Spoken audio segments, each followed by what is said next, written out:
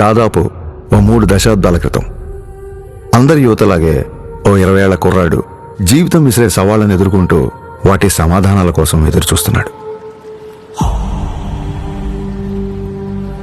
ఏం చెయ్యాలో తెలియని నిస్సహాయత, ఏమవ్వాలో తెలియని అసహనం. ప్రపంచం ప్రశ్నల పుస్తకంలా కనిపిస్తోంది తప్ప ఎక్కడ చూసినా జవాబు జాడేలేదు. ఇది కేవలం ఆ 20 ఏళ్ల కుర్రాడి సమస్యే కాదు, అప్పటికి ఇప్పటికీ ఎంతో సతమతం అవుతున్న ఎందరో యువత సమస్య కూడా. ఇలా సతమతం అవుతూ ఎటు వెళ్లాలో తెలియని సమయంలో మార్షల్ ఆర్ట్స్ అతనికి మార్గం అయ్యింది.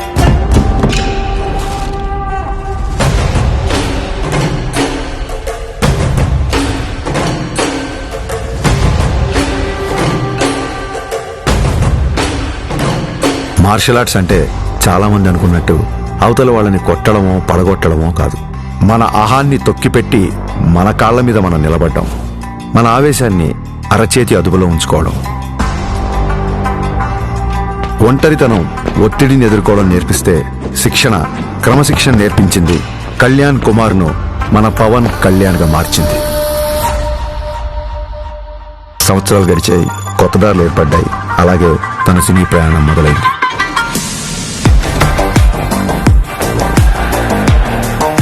తను నేర్చుకున్న కళకు శిక్షణ తోడయ్యేసరికి అది తెర మీద నిజంలాగే కనిపించింది.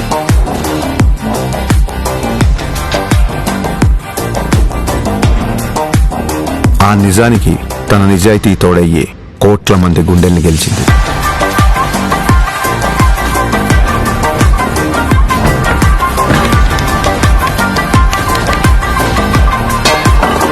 ప్రయత్నంలో లోపం లేకపోవడంతో ఫలితానికి సంబంధం లేకుండా ఎంతో మంది అభిమానుల్ని ఆయన దగ్గరికి చేర్చింది. కరాటే, కిక్ బాక్సింగ్, ఎస్క్రిమా, ఇలా మార్షల్ ఆర్ట్ ఏదైనా అదే డిసిప్లిన్, అదే క్రమశిక్షణ. వాటిని కూడా తన సినిమాల ద్వారానే జనాలకు దగ్గర చేశాడు.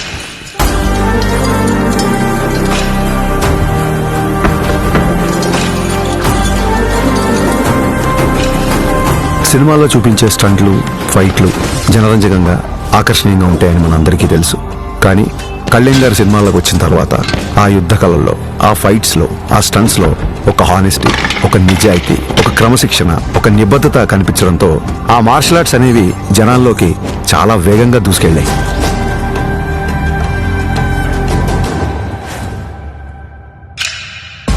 అసలు మార్షల్ ఆర్ట్స్ ఫిలాసఫీ చెప్పేది ఒకటే, కంటిన్యూస్ లెర్నింగ్, నిరంతరం నేర్చుకోవడం.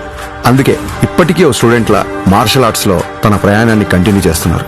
తన తపనకి, సాధనకి, మార్షల్ ఆర్ట్స్ని జనాల మధ్యలోకి తీసుకువెళ్లడంలో ఎన్నో ఏళ్లుగా తాను చేస్తున్న కృషికి గుర్తింపుగా డిసెంబర్ 30, 2025న ఆయన అపూర్వమైన గౌరవాన్ని అందుకున్నారు.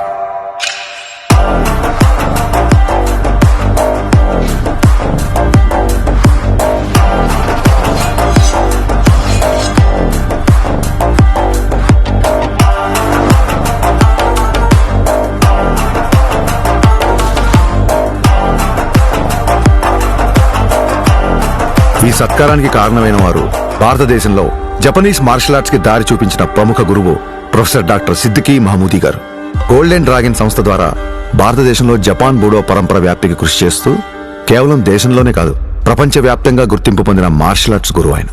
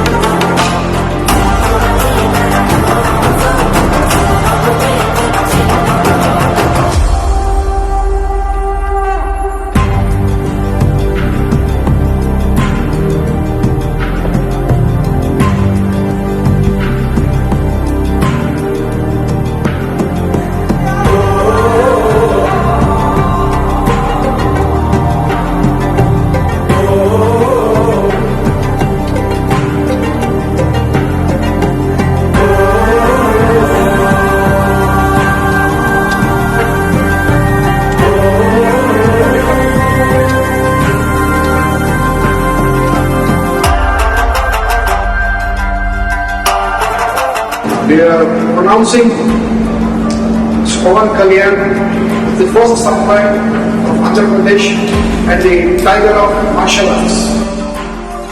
గోల్డెన్ డ్రాగన్ సంస్థ నుంచి టైగర్ ఆఫ్ మార్షల్ ఆర్ట్స్ అనే బిరుదును అందిస్తూ ఆయన్ని ప్రకటించారు.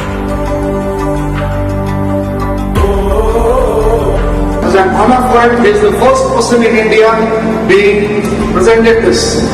సోగో బూడో కాంట్రికై సంస్థ ద్వారా 5th డాన్ గౌరవాన్ని సోకే మురమత్సు సెన్సై నేతృత్వంలో టగేదా షింగన్ సమురాయ్ పరంపరలో పవన్ కళ్యాణ్ గారికి స్థానం కల్పించారు.